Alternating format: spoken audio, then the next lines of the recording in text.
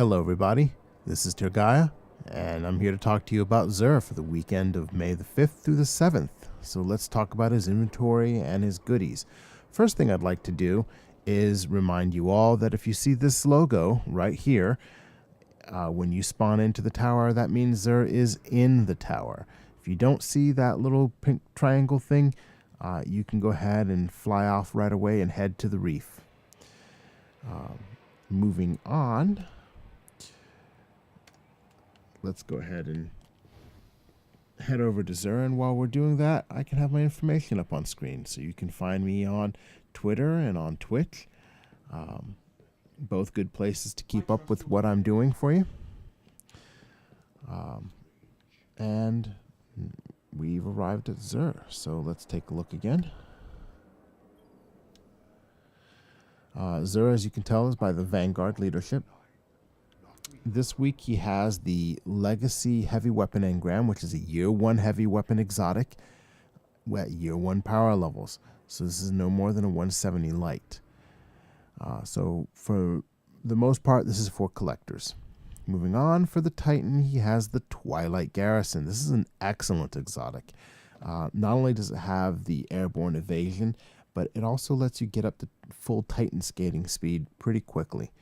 The roll this week's pretty strong, 95%. It's 141 out of a possible 147. So it's a really strong roll.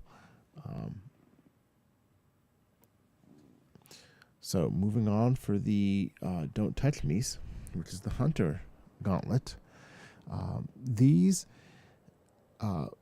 make you invisible briefly when you take damage from a melee attack. The only place they're very useful is in the stills portion of the Crota's End raid, the first part, when you're running from the thrall.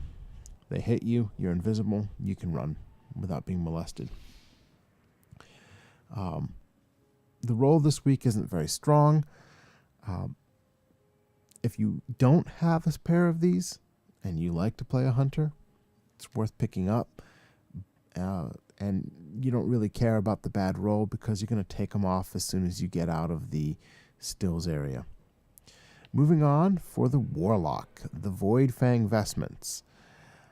These are pretty strong roll, 93%. They're intellect discipline split. And what these do is they let you spawn with a full grenade. And Axion Bolt, if you have it equipped, gains an additional seeker.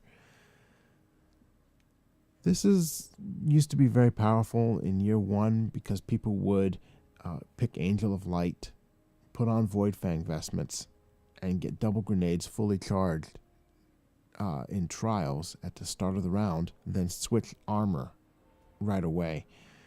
That still works, but the grenades have been nerfed on the Sunsinger pretty strongly, so it's not worth doing as much. I still recommend buying them if you don't have a set net yet, and this is a decent roll, but this is like a B+. Moving on, the MIDA multi-tool is the weapon of the week, and I cannot stress this enough. If you don't have a MIDA somehow at this stage in Destiny, buy the MIDA. Yes, it's a scout rifle. Its exotic perk doesn't seem so great, but I promise you, being able to move around the map in PvP is really useful. The speed advantage you get actually allows you to generate surprise by simply being where they don't expect you to be. Moving on, the exotic weapon bundles. Generally, I recommend against these. However, they do represent 2 additional weapons that you may not have. But they're a bad deal. You're paying... you see, strange coin price is 23 for a primary weapon, and here you're paying 30. Plus, you're paying silver dust at no discount for the ornament. In any case, this week we have Monte Carlo and Zhalo Supercell. Zhalo is a really good weapon to have in your inventory. It's really excellent against adds during arc burn weeks. Moving on. We have the Curios, we have the Plasma Drive, which is a little bit blue, and the Void Drive, which is a little bit purple. And the purpose of these is to upgrade blue quality Sparrows to legendary 160 speed Sparrows. So, worth collecting, handy for finishing off your book. Moving on, we have heavy ammo at the usual prices. 1 strange coin for 3 heavy ammo synths, and we have 3 strange coins for 10 heavy ammo synths. That's obviously the better deal. 3 of coins we have for the usual price. 7 strange coins for 5 3 of coins. Glass needles. This is to reroll the stats on any armor. If you get it and don't like the stats, you can hit it with some glass needles.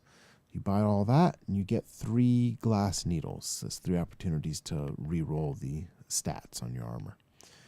We also have the Motive Light. Don't do it. Never do it. And we have the Exotic Shard, which is excellent for players who are just starting out with Destiny. And that's going to do it for me. Thanks as always for watching, Guardians. My information is up on screen. You can, like I said, find me on Twitch or on Twitter. You people are why I do this. So if you're watching this, come on out, watch me play, get in a game with me. Let's have some fun. That's it for me. I'll see you Starside, Guardians.